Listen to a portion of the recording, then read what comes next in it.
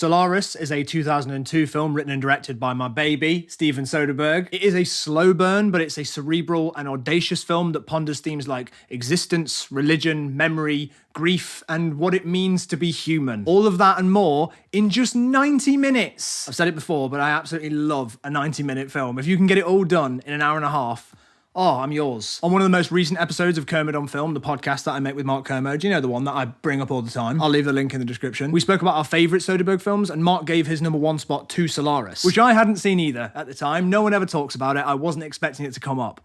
But I've seen it now. I absolutely love it, and I think it's worth talking about. So we're going to talk about it. I strongly urge you to watch the film and come back to this. I mean, it's only an hour and a half long. What else have you got on? George Clooney plays clinical psychologist Chris Kelvin, who goes on a mission to a space station orbiting Solaris. It's not totally clear what Solaris is. Is it a planet? Is it a star? What are you? On the space station, Kelvin learns that all but 2 of the crew are dead. Also on board are the crew's visitors, solid beings that look like loved ones who appear from seemingly nowhere. Chris's visitor is his late wife, Rhea, played by Natasha McElhone. It's revealed in flashbacks that Rhea died by suicide after an argument with Chris about terminating a pregnancy. Fun stuff. Over the course of the film, the Rhea on the ship begins to question her existence because her memories don't make sense to her. Chris has an opportunity to return to Earth, but instead chooses to fall with the falling spaceship into Solaris. At the end of the film, he's reunited with Rhea, and they all lived happily ever after. Probably. That was a very nuts and bolts and chronological approach to what is a very dreamlike, disorientating, and purposefully ambiguous film. So, let's get into it properly. First of all, we can't ignore the fact that this movie was released in 2002, which means it was written and made in the year immediately following 9/11.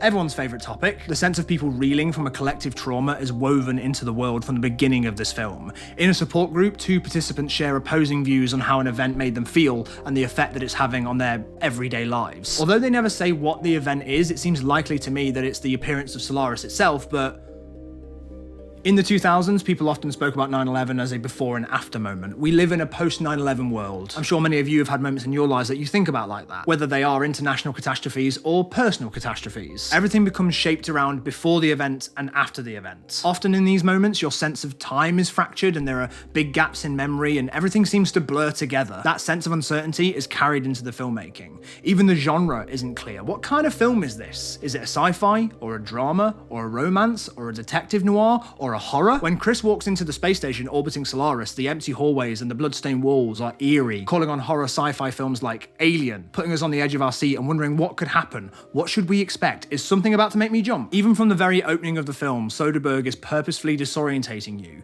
He cuts through a series of images quick enough for you to register what's happening, but not long enough for you to process what you saw a moment before. The uncertainty was even written into the script. Chris Kelvin, 42, sits on the edge of his bed. He may have just gotten up, or he may have been sitting like this for an hour. But that's not all. I'm about to fully geek out about Soderbergh as a director, so just strap in. Soderbergh does something else. He adds something that wasn't in the script. Well, it was, just not here. Chris, what is it? I love you so much. Don't you love me anymore? Ooh, okay, so much is happening already, and we're only seconds into the film. We're introduced to Chris in a close-up. We don't know anything about him yet, but he's the first person we're seeing, so he must be our protagonist. Also, it's George Clooney, but we can assume it's his perspective we'll be experiencing the story from. This is then reinforced when we hear the voiceover of a woman. From the setting of the scene, Chris's body language and Clooney's pensive performance, pretty much everything about it is telling us that this voice is a memory. This then fills in a gap in your head and you think, oh, George Clooney must have had a divorce or something recently. That's sad. Setting up your expectations for what kind of story this is going to be and what type of character he is. But here's the thing, that's assuming that time is linear, you silly Billy. I love you so much. Don't you love me anymore? Even Clooney is reacting like, hang on, haven't I heard that before? I have to check out something with the crew. I have to leave now. When we hear that same line later in the film, the reality that we're being presented with is properly thrown into doubt. We remember hearing that from the opening scene, or at least we remember it from somewhere. Interestingly enough, my friend Rosianna, who I wrote this video with, remembered the start differently to me. I fucking can't wait. She thought that Rhea was in the room in that opening scene and even recalled that she'd discarded a set of keys on her way out. That doesn't happen. And I thought the repetition of the line was from a flashback a lot later in the film. I don't remember hearing it in the opening scene. This film about distorted memory distorted our memories. And the thing is, that's something that all films do. We bring our own expectations, assumptions, and personal experiences to everything that we watch, but Soderbergh is using it here as part of the narrative and totally exploiting it. Okay, we get it, Jack. Soderbergh is good at confusing me. What's the point? All right, don't be so pushy. Hang on, you wrote this with me. Or is that just how you remember it? Yeah, very good. This confusion about what's real and what's not initially helps you empathise with Kelvin as he tries to figure out what's going on, particularly when it comes to who and what can be trusted. Kelvin is the audience's control, our sense of normal. We walk through the streets of his life with him, we go to work with him, we board the space station with him, we learn about the visitors with him. But later on in the film, that sense of disorientation and confusion about objective reality becomes something that we share with his wife Rhea as she begins to get all existential. I can't remember how I got here. I'm not the person I remember. I do remember things, but I don't remember being there. I don't understand what is happening now. Something really interesting about these moments is Chris's reaction to them. She seems pretty freaked out, but he just goes over to the pills like this has happened a million times before. Oh, hang on, those pills are blue, but later they're... Oh, Soderbergh, you cheeky devil. It's fatigue. That's why you take this. Right. We, the audience, are used to characters in sci-fi questioning their reality. It brings to mind movies like Blade Runner, or more recently, Blade Runner 2049. But Chris's routine response tells us that this destructive way of thinking isn't unusual for Rhea. This is the way that she spoke on Earth.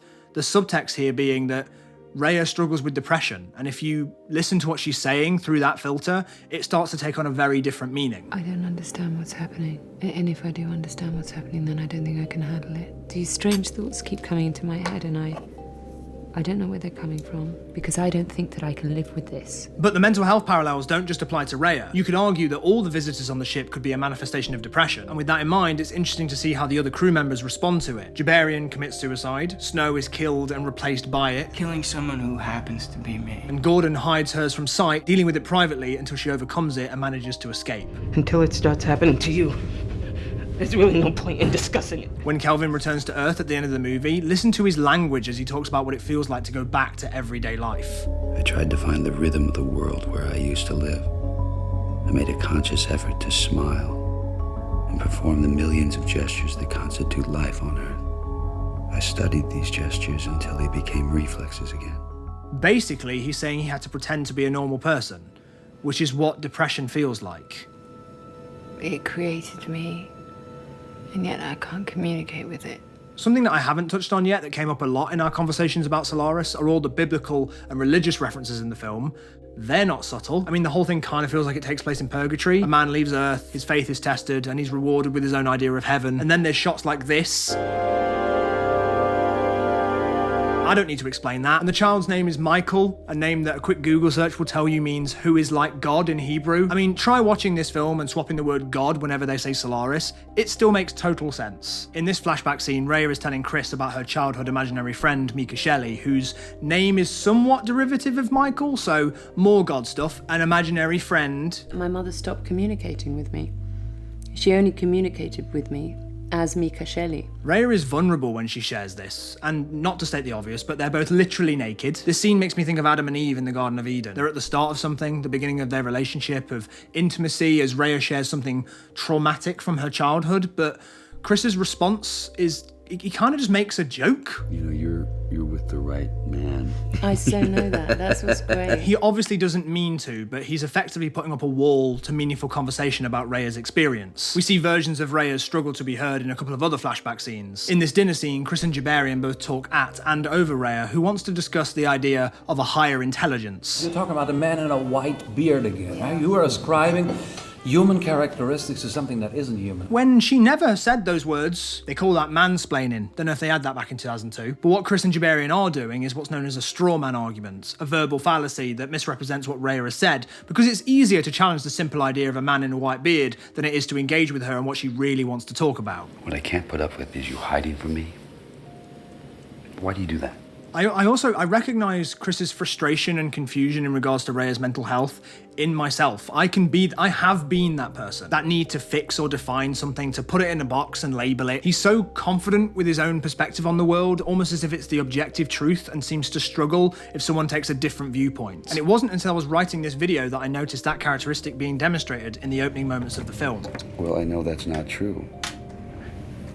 Because I know you and I know it's not true. Okay, on first watch, we sort of let this moment pass by as part of a monotonous montage in Chris's daily routine, but upon closer inspection, there's so much to learn here. Soderbergh is only showing us his side of the phone call, so he's literally siding us with him. The mise-en-scène is reinforcing that disconnect. Clooney is shot in silhouette, he's facing away from camera, it all just feels so impersonal. And when we hear what he says, it sounds very kind and supportive, but is it? Imagine how it feels to be on the other side of that call. I mean, I think it's safe to assume that the other person isn't being hysterical, so we can assume that whoever it is sharing something vulnerable with Chris. And his response, although well-meaning, is to disregard their perspective. Well, I know that's not true. If my therapist said that to me, and I don't think they would, but if they did, I'd probably feel a bit ashamed for whatever I'd said. I'd potentially feel a bit silly for bringing it up and might even feel less inclined to want to bring it up again. And it's hard enough to be vulnerable.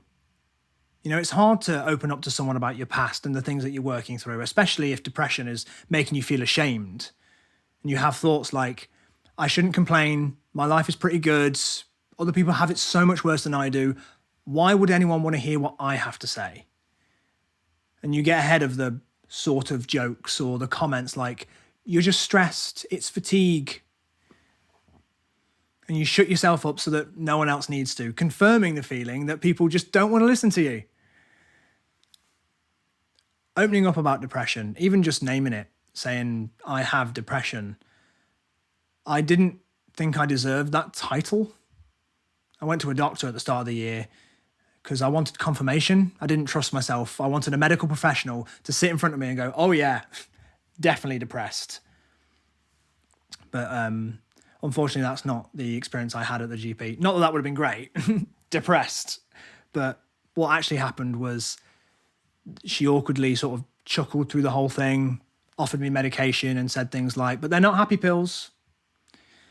When I wasn't searching for a fix, what I was craving was to have someone like really hear me and say that they understood, to offer me guidance maybe, I don't know.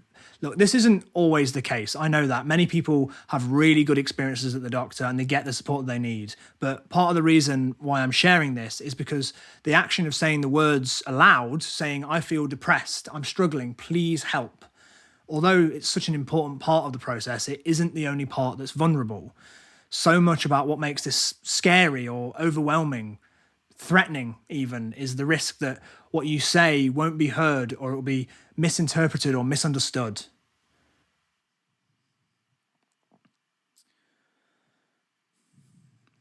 Ultimately, I think that's what this film is about. It's about two people in a relationship who are fundamentally incompatible. Rhea and Kelvin experience the world differently and can't find a way into each other's perspectives. Trapped here. It's not a life.